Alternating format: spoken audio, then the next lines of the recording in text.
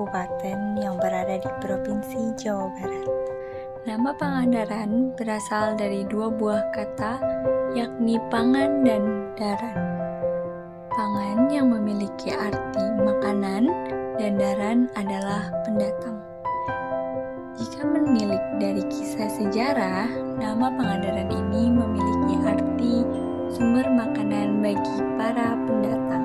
Secara geografis, Kabupaten Pangandaran memiliki luas wilayah sekitar 1011,04 km persegi. Berdasarkan sensus penduduk Indonesia 2020, jumlah penduduk Kabupaten Pangandaran mencapai 423.667 jiwa. Kabupaten Pangandaran identik dengan pesisir pantainya.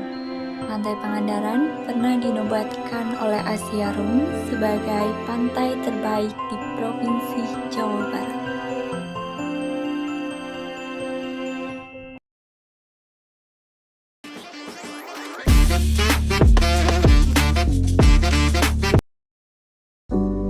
Cagar alam adalah kawasan suaka alam yang memiliki kekhasan tumbuhan, satwa, dan ekosistem yang perlu dilindungi, dan perkembangannya berlangsung secara alami. Cagar alam merupakan bagian dari kawasan konservasi yang berfungsi untuk menjaga keanekaragaman hayati. Salah satunya adalah cagar alam Pangandaran.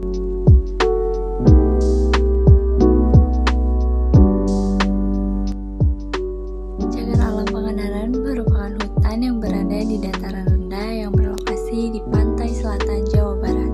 Sebelumnya, cagar alam ini merupakan tanah pertanian yang dibeli oleh seseorang dari Belanda dan kemudian diresmikan menjadi Wild Reservoir. Pada tahun 1961, daerah tersebut ditetapkan menjadi cagar alam karena banyaknya jumlah flora fauna yang ada di dalamnya. Pada tahun 1978, cagar alam tersebut dijadikan sebagai taman wisata karena adanya potensi yang dijadikan sebagai tempat berwisata alam di Pangandaran. Pengelolaan taman wisata ini dipegang oleh Perum Perhutani. Di dalam cagar alam ini memiliki bermacam-macam flora dan fauna yang dirawat dengan baik. Juga ada beberapa batu prasasti peninggalan sejarah zaman Hindu, serta terdapat gua alam dan gua buatan dari peninggalan penjajahan Jepang.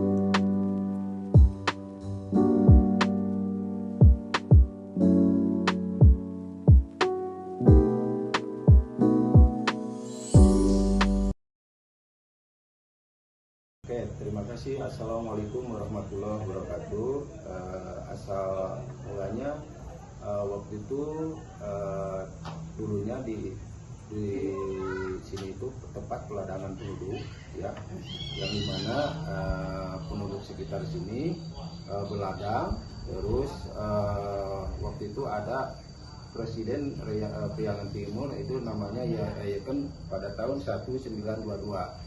Mereka berladang di sini, lalu waktu itu dipindahkan menjadi Taman Suaka Marga Satwa, yaitu penduduk dipindahkan ke luar, yaitu Desa Pananjung. Itu mula-mulanya sejarah Pangandaran. Gitu. TWA Pananjung Pangandaran ini kenapa menjadi wisata yang menarik bagi wisatawan yang ada di baik Nusantara ataupun mancanegara. Memang di sini ada tadi sebagai faktor sejarah juga itu mendominasi, kemudian dari kondisi alam yang ada di sini. Tidak semua wisata alam yang lain itu menunjukkan bahwa secara geologi itu bisa ditampilkan dengan adanya gua-gua alam, kemudian sejarah mungkin dari masa penjajahan Jepang juga ada Jepang, dan juga di sini dari minat khusus tadi, kalau kita di sini ada arboretum ya, jadi beberapa jenis tanaman yang ada di taman wisata alam ini menjadi hasanah atau biodiversity yang bisa menjadi wawasan bagi dunia pendidikan. Untuk pelestarian alam di kawasan kami, karena kami adalah kawasan konservasi, memang itu sebuah tugas pokok kami. Yang pertama memang sebagai kawasan konservasi itu tugas utama memang kita melestarikan ya. Sebagai tantangannya memang di kita satu, kita masyarakat di sini tadi karena merasa satu sisi merasa memiliki dan juga karena pengawasan di kami dengan jumlah petugas yang sedikit, SDM yang sedikit tadi, mungkin tantangan yang dihadapi di wilayah kawasan konservasi Tanjung Pangandaran ini kurangnya tadi personil yang berada di Resort 21 Pangandaran ini. Untuk perlindungan atau kalau untuk flora dan fauna, kita secara tupoksi kami itu di pengawetan ya, untuk menjaga supaya tidak terjadinya kepunahan. Salah satu contohnya kita melakukan kegiatan habituasi.